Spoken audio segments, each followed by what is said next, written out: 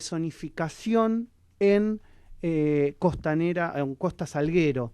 Y obviamente es una polémica que ya prácticamente se ha trasladado a todo el entorno nacional de por qué utilizar terrenos públicos, si es que así los podemos definir, para emprendimientos privados y obviamente todo lo que hay detrás. Obviamente el PRO y los aliados del PRO tienen una posición y el Frente de Todos tiene una posición también con otros aliados o con otros partidos políticos bien marcada.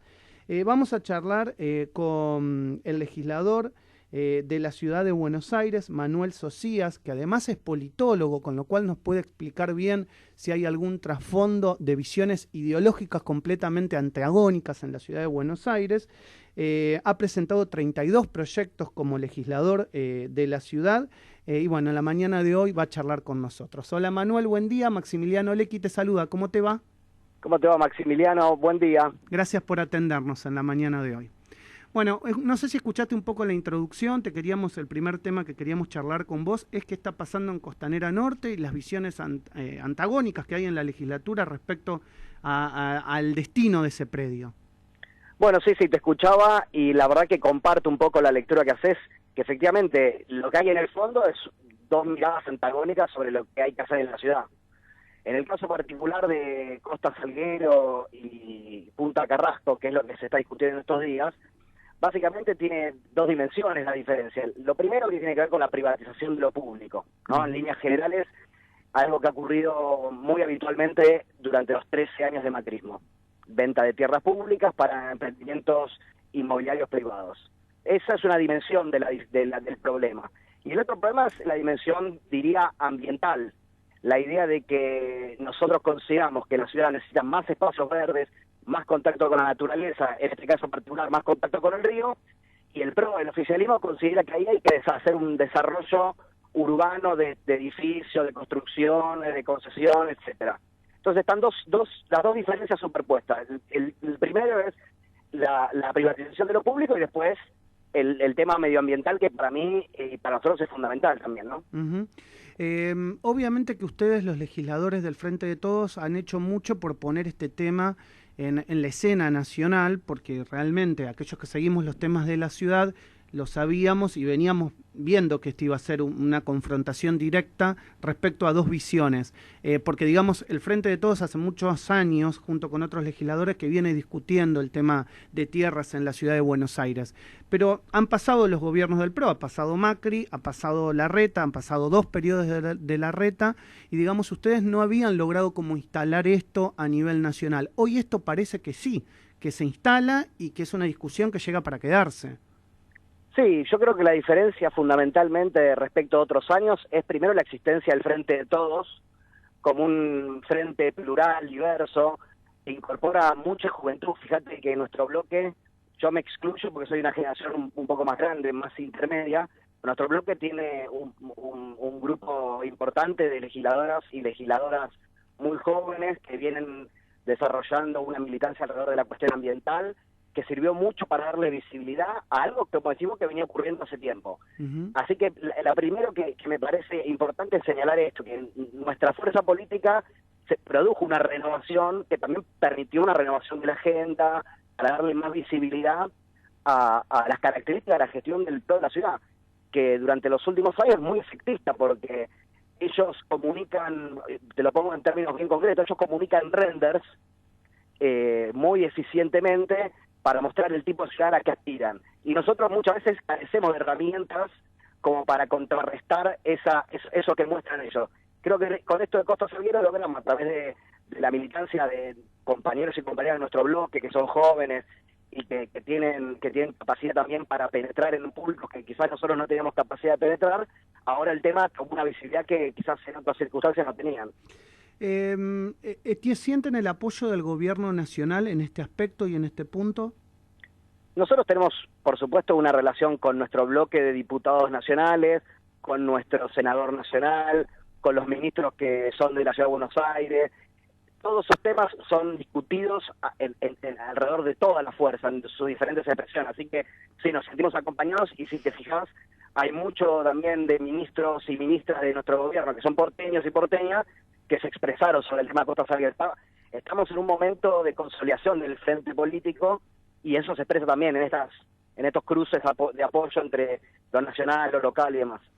Manuel, a mí me gusta mucho hablar con los legisladores de la ciudad, prácticamente intento entrevistar a todos a lo largo del año, y algo que dicen los referentes del PRO con los que he hablado es que ustedes, los legisladores del Frente de Todos, le van a tener que explicar a los porteños por qué apoyan, digamos, que los porteños tengan que hacer más erogaciones, ya que no están de alguna manera conjuntamente con ellos peleando el hecho de que le saquen los recursos a la ciudad de Buenos Aires. Ahí también hay una visión distinta, ¿no? Bueno, a ver, lo primero que hay que decir, porque acá hay también mucho mito, mucho pataleo, pero poco fundamento técnico. Lo primero que hay que decir es que el gobierno nacional se comprometió, y así va a ser, a seguir financiando la policía de la ciudad. Eso lo dijo el presidente en el mismo momento que anunció el reajuste del coeficiente de coparticipación. O sea que, respecto a lo que tiene que ver con la seguridad, que los porteños y porteñas no se tienen que preocupar, porque el gobierno nacional va a seguir financiándolo. Es decir, los recursos digamos que a nivel constitucional se le tendrían que dar a la ciudad, eso no se tocaría.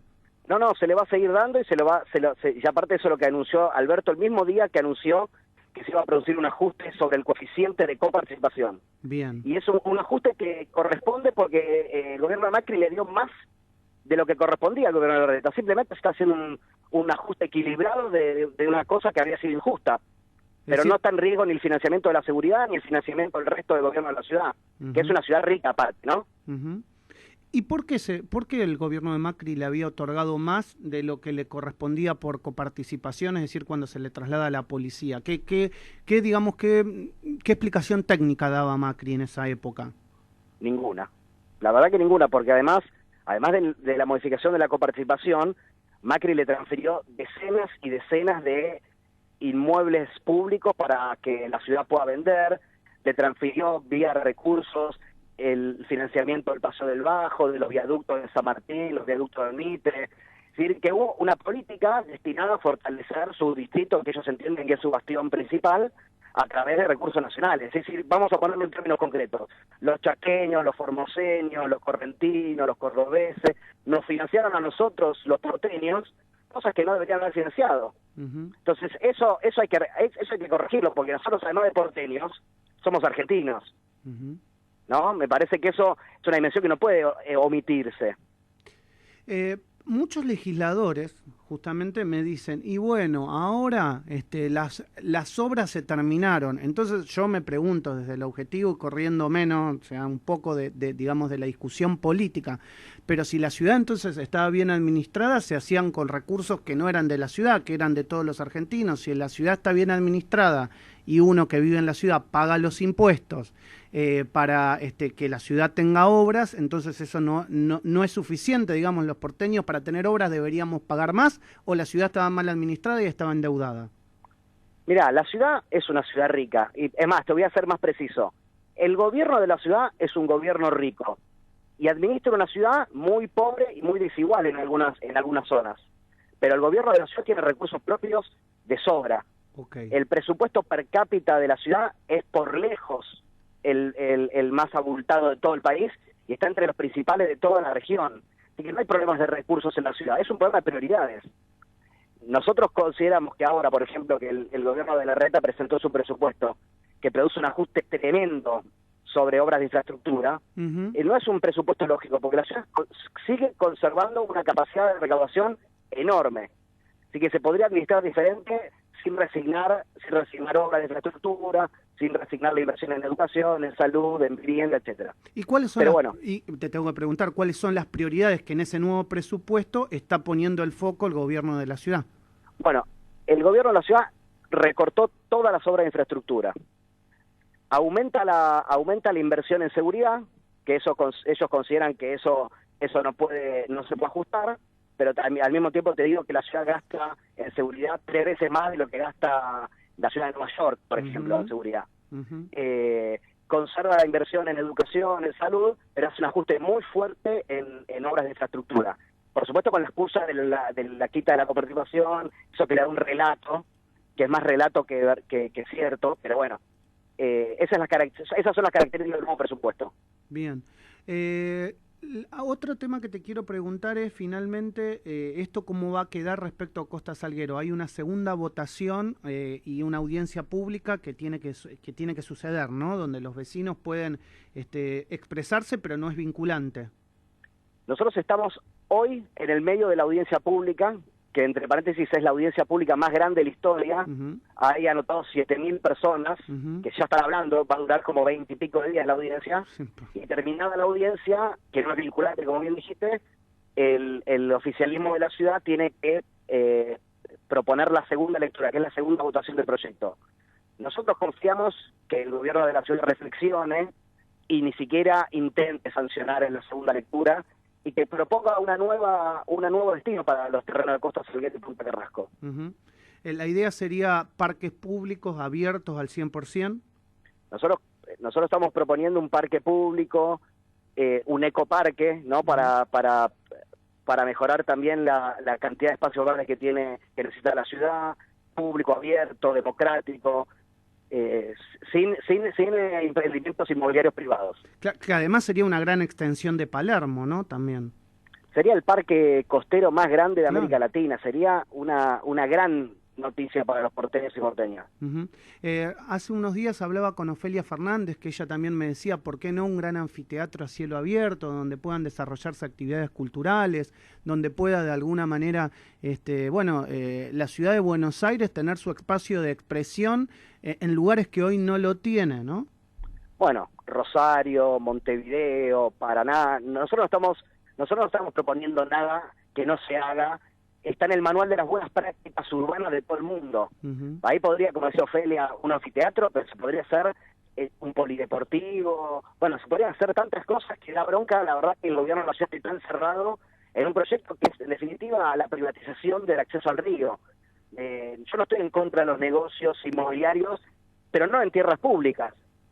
Exacto. ¿No? Me parece bárbaro que alguien emprenda y que construya y demás. Pero me parece que hay lugares para hacerlo y otros lugares donde no hay que hacerlo. En el Costa Salguero no hay que hacerlo.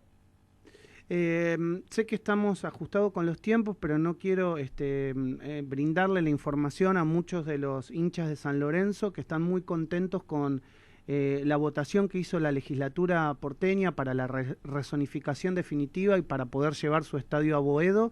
¿Qué impresión te da todo lo que vivieron ustedes y la votación que llevaron adelante en estos días? Bueno, en principio fue una votación histórica, porque es una votación por unanimidad, de una cuenta pendiente de la ciudad respecto de San Lorenzo, y para serte honesto, esto es producto de la pelea de los socios y las socias de San Lorenzo, que vienen hace décadas empujando este tema, y recién este año se pudo poner al sistema político de la ciudad a discutir algo que efectivamente es una injusticia, que fue una injusticia, y que además desde el punto de vista urbano va a ser una buena noticia, porque es un equipamiento que va a mejorar el entorno de Boedo, porque no es solo una cancha de fútbol, es una escuela, un centro cultural, espacios públicos, espacios verdes, un frente comercial que va a generar más trabajo, más movimiento, más seguridad, más iluminación. Es decir, lo que era un anhelo exclusivo de los hinchas de San Lorenzo, ahora se convierte también en una buena noticia para los vecinos y vecinas de Boedo, y una buena noticia para la ciudad, porque eso va a ser una inversión de más de 100 millones de dólares que se necesita mucho en esa zona de la ciudad. Manuel, yo hace mucho que sigo los temas de legislatura y me da la sensación que la unidad que tiene el Frente de Todos y el gran número, digamos, de legisladores que tiene puede llegar a apuntalar a mediano plazo mejores números electorales en un corto y mediano plazo. ¿Cómo lo ves vos para ustedes? Bueno, comparto. Yo creo que nosotros el año pasado hicimos una elección histórica porque nos animamos también a cuestionar nuestras propias certezas, nos animamos a convivir entre los diferentes. Si te fijas, el frente electoral era un frente muy diverso, que incorporó sectores que no estaban dentro ni del peronismo ni del kirchnerismo, y se hizo una convivencia muy virtuosa porque la verdad que se permitió que se expresara la pluralidad, y creo que si nosotros logramos traducir en la legislatura lo que expresamos electoralmente, no tengo dudas que en el 2023 vamos a ser muy competitivos y tenemos una posibilidad enorme de finalmente ganar la ciudad. Manuel, gracias por estos minutos con mi programa y con Radio Sónica. Te mando un abrazo grande. Gracias a vos y quedo a disposición. Un abrazo muy grande. Manuel Socias, legislador de la Ciudad de Buenos Aires, del Frente de Todos, politólogo, charlando con El Arranque en Radio Sónica. Quiero agradecerle a todos los funcionarios, legisladores, diputados, que a lo largo de este 2020, como siempre digo, tan duro, tan difícil, tan complicado, tan distinto, han hablado en la mañana de Radio Sónica, siendo obviamente, claramente, El Arranque uno de los programas líderes de la radiofonía online en Internet en la Argentina, por la diversidad, por la pluralidad, por la libertad de expresión y sobre todo por el escuchar, ¿no? El escuchar al otro y el escuchar la diversidad de voces y de opiniones.